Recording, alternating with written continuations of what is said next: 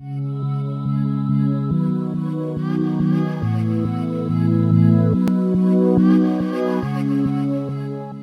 à tous, donc pour cette nouvelle interview sur Globe MMA, j'ai comme invité Benjamin Allemand, donc producteur, rédacteur en chef de l'émission No Contest. Merci Benjamin pour cette interview. Salut JB. Justement, ça fait plaisir de t'avoir parce que j'imagine que tu as pas mal de choses à nous dire voilà, concernant ton émission. Ça fait maintenant combien de temps que tu as lancé ce projet? Bah écoute, No Contest, c'est né au départ d'une idée entre deux verres avec Johan Amara, qui était avec moi au départ du projet. Ça remonte maintenant à novembre 2012. Donc ça fait un petit peu de temps que No Contest est dans les tuyaux.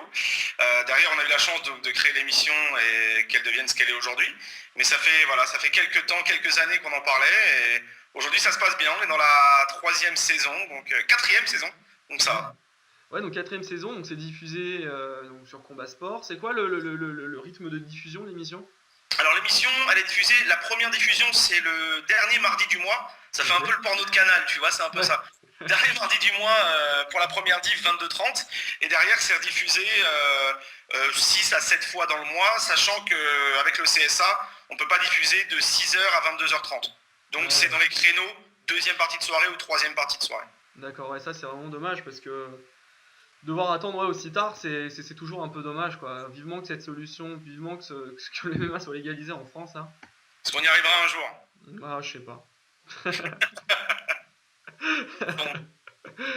Donc, ouais, donc ça fait déjà, comme tu dis, 4 saisons. Est-ce qu'on peut rappeler le format en fait de l'émission, le contenu? Est-ce que tu peux nous réexpliquer tout ça? Qu'est-ce que tu traites en fait exactement dans l'émission? Ouais, en fait, nos contests à la base c'est un 26, donc 26 minutes. Dans 26 minutes, on ne traite pas forcément d'actualité parce que on peut pas sur une diffusion mensuelle, c'est pas possible. Il se passe tellement de choses autour du MMA et plus particulièrement maintenant autour de l'UFC puisqu'on s'est rapproché d'eux aussi pour nos contests. Ouais. Le but c'est d'aller à la rencontre des combattants, leur faire des choses qui sortent de l'ordinaire. Par exemple, dans cette nouvelle saison, on va aller avec mon équipe cet hiver rouler avec des voitures sur un raceway à Las Vegas. On va emmener avec nous 2-3 personnalités de l'UFC pour leur faire déjà des tours de voiture et leur faire des interviews aussi dans les autos qui prennent un peu, voilà, qui se mettent un petit coup de flip, tu vois. On voit toujours les combattants avec les muscles sortis. Là, ça va faire du bien de les remettre un peu à leur place. Donc voilà, c'est vraiment le principe de l'émission, c'est du fun autour de sujets sérieux type magazine. C'est donc voilà, des interviews, des longues interviews. Je fais de plus en plus ce genre de choses, de longues interviews pour qu'on apprenne vraiment à connaître les mecs peut-être un petit peu mieux, quoi. Ok, ouais, donc ouais, l'une des forces de l'émission, effectivement, c'est que vous vous déplacez un peu partout dans le monde, quoi. Vous êtes déjà allé au Japon, vous êtes donc allé à plusieurs reprises aux États-Unis. Et c'est quoi les continents encore là que vous êtes déjà allé au Brésil? Non, on n'est pas encore allé au Brésil. Pour l'instant, c'est pas forcément prévu. Je pensais qu'on pouvait y aller la saison dernière pour rejoindre Paola Sac. Ok. Finalement, ça s'est pas fait pour l'instant. Ça se fera à l'avenir, mais j'ai envie d'exploiter d'autres choses aussi. Par exemple, tu vois, avec l'arrivée de Francis Ngannou qui va combattre au mois de décembre, ce que j'aimerais, c'est l'emmener chez lui, le faire retourner chez lui au Cameroun. Ça serait quelque chose d'intéressant, c'est quelque chose qui me plaît. Donc je vais sortir un petit peu du cadre des autres saisons pour m'accrocher plus aux histoires qu'aux combattants en eux-mêmes. Ouais, je comprends. Ouais, c'est bien, c'est vraiment intéressant. Donc l'Afrique, quoi. En gros, ça me plairait bien. Ouais, l'Afrique, ouais. Bah, Ouais. c'est super, ouais, on a hâte de suivre tout ça. J'imagine que tu as des anecdotes à nous raconter là sur les tournages, des choses comme ça. J'imagine parfois que tu vas avoir de la complicité avec certains combattants. T'as des trucs à nous raconter, des trucs un peu croustillants? Ouais, alors des trucs à raconter. Tiens, tu me prends de court là. J'aurais dû travailler avant. Merde. Ouais, il y a forcément des combattants avec. Avec Vanderlei, c'est vrai qu'on rigole pas mal généralement. Ouais. Ouais. Regarde ton interview où Cordero était là, ce genre Ouais. de mec et tout. C'est un mec déjà qui est un bon client. C'est vrai qu'avec Vanderlei, tu peux facilement beaucoup rigoler. Après, chez les Français, Taylor Lapillus, c'est un bon client aussi. Ok. On rigole pas mal. Et puis moi, j'ai la chance d'avoir été dans un club qui s'appelait Gladiator, Ouais, où ouais. il y avait pas mal aussi de Français, et notamment un qui était mon coach, qui s'appelle Kamel, Ouais, quand même. Kamel Berchan. Et avec Kamel, ouais, on a pas mal de souvenirs, notamment de nos déplacements à LA ou à Vegas, où on sent que les combattants ont parfois envie vraiment de se lâcher davantage. Et puis après, le mec avec qui je suis vraiment pote, où là il y a vraiment des gros dossiers, c'est Mehdi, le combattant du teuf. Et est-ce que ça t'est déjà arrivé sur des tournages de rencontrer quelques difficultés? Parce que moi personnellement, je sais, ça m'est arrivé vraiment à plusieurs reprises. Et est-ce que toi t'as des choses aussi à me raconter? C'est difficile parfois d'avoir des rendez-vous avec les combattants, de faire les tournages. Vous êtes combien d'ailleurs dans l'équipe à chaque fois quand vous partez en reportage? Alors, pour répondre à la dernière question d'abord, parce que c'est la plus simple, Ouais, moi je tourne avec mes équipes, c'est entre les cadreurs et les monteurs, on va dire une demi-douzaine. d'accord. Voilà, en tout, c'est une demi-douzaine de personnes, parfois des journalistes, parfois des JRI, donc des journalistes reporters d'images, Ok. qui sont et avec le micro et avec la caméra, un petit peu ce que tu fais toi finalement, tu vois, mais pour la télévision. Et derrière, on a des monteurs là plus nombreux, mais tous à la pige. Donc voilà, ça permet de changer, ça permet d'avoir un œil différent aussi. Parce que si tu prends toujours les mêmes mecs, forcément ton émission est toujours la même, avec la même rengaine et le même rythme. Et ça, c'est pas forcément très très bon.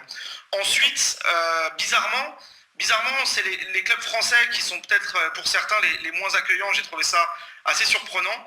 Mais il y a quelques clubs français qui se sont pris pour ce qu'ils n'étaient pas, tu vois. Ok. Par exemple, faut contacter le media manager, faut contacter l'attaché de presse, sauf que c'est la même personne. Hein. Bien Le sûr. mec qui a les clés du gym, c'est aussi le mec qui fait tout le reste et qui passe le balai à la fin du cours. Hein. Donc j'ai trouvé ça assez stupide. Et puis sinon, ouais, il y a vraiment un club que je déteste, que je les trouve complètement abrutis, c'est le SGB à Dublin. Dublin, ouais, ouais, j'ai vu ça là récemment sur les réseaux sociaux. D'ailleurs, on peut te suivre là-dessus, on peut suivre la page de vos contests, on peut te suivre sur Facebook, tout ça, Twitter.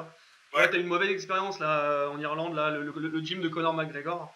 Et Ouais, à limite Connor, c'était lui le moins teubé de tous, quoi. Il était cool après, il était vraiment dans son entraînement et dans sa bulle, tu vois. ouais. Mais un mec comme John Kavanagh, par exemple, c'est un abruti fini, quoi. Ah bon. À te parler un peu comme une merde en disant moi je, tu vois, il y a des ceintures, des dessins de lui avec des ceintures partout, il y a des photos de lui partout. Tu ouvres la première porte du gym, c'est sa gueule que tu vois en dessin. Déjà, c'est un petit côté ego trip Ok. qui moi, me plaît pas forcément beaucoup. Ensuite, il te parle vraiment comme une merde quand tu lui dis que toi, tu es là pour promouvoir le gym et amener d'autres combattants français, comme l'a fait Taylor dans son gym. Il en a rien à foutre. Même Taylor lui-même n'a pas forcément été accueilli très bien. Après, je parlerai pas en son nom, mais voilà, je sais qu'il n'a pas forcément été super bien accueilli. Ouais. Et ouais, Kavanagh te dit en gros, qui que tu sois, j'en ai rien à foutre, t'es dans mon gym. Soit tu t'assois sur le canapé où tu vois strictement rien, si ce n'est sa femme à l'accueil, qui n'est pas D'accord. forcément plus agréable, Ouais. soit tu dégages. Donc Ok. voilà, moi j'ai attendu Taylor et derrière je me suis cassé, on a été faire nos interviews ailleurs.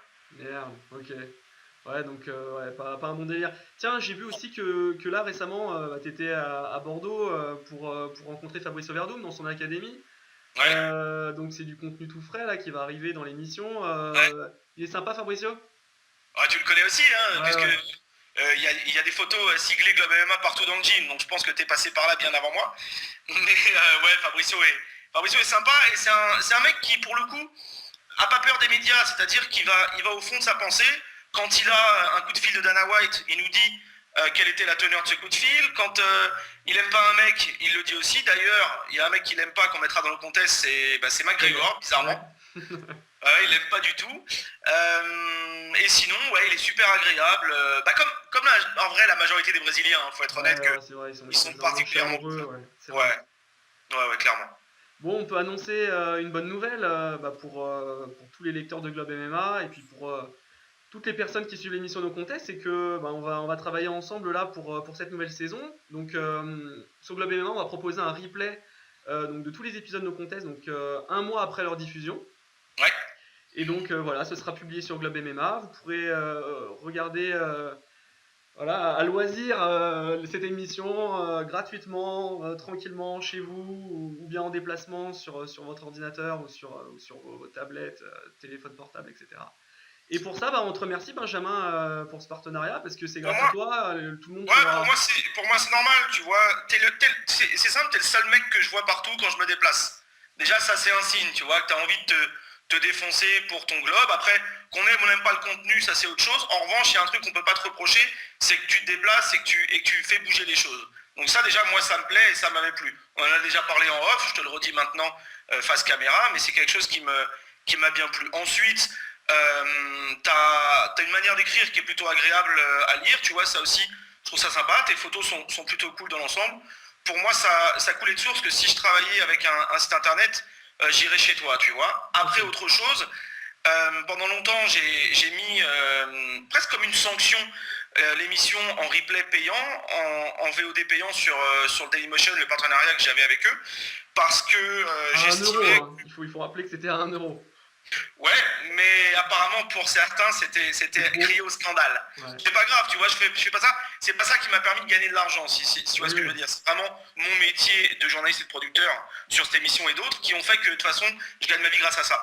Mais je l'ai fait parce que il n'y avait pas de considération, non pas pour mon travail à moi, mais pour ce que je pouvais leur proposer à eux. C'est-à-dire qu'ils étaient bien contents d'avoir mes équipes et d'être face caméra et qu'on prenne une journée avec eux, etc. Mais derrière, ils en avaient strictement rien à foutre. Du coup, moi, je me suis dit, je vais rien en avoir à foutre non plus. Je pense que les gens commencent à me connaître et savent le type de personnage que je suis. J'ai pas ma langue dans ma poche, mais je respecte les choses et les gens.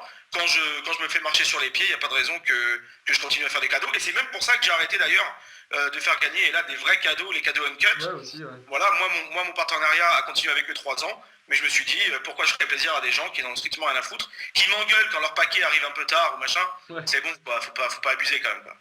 Bon, en tout cas, voilà, pour nous, c'est une bonne nouvelle là maintenant de pouvoir revoir Oui. donc, le replay de l'émission sur Globe MMA. Et merci beaucoup, Benjamin, c'est vraiment cool.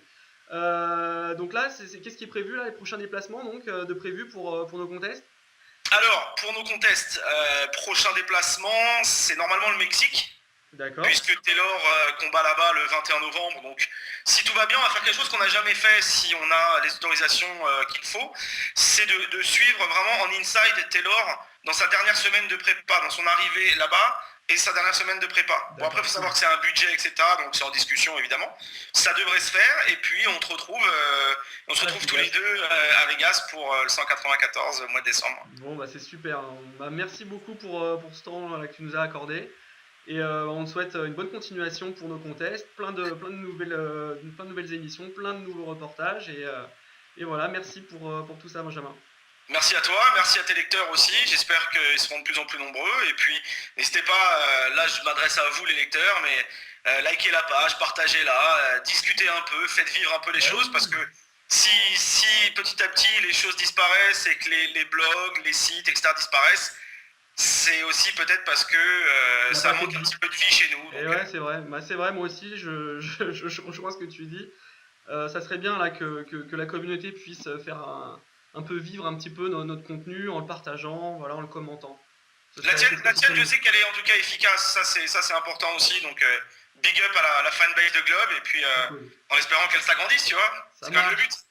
Une bonne continuation, Benjamin. À bientôt. Salut JB. Ciao.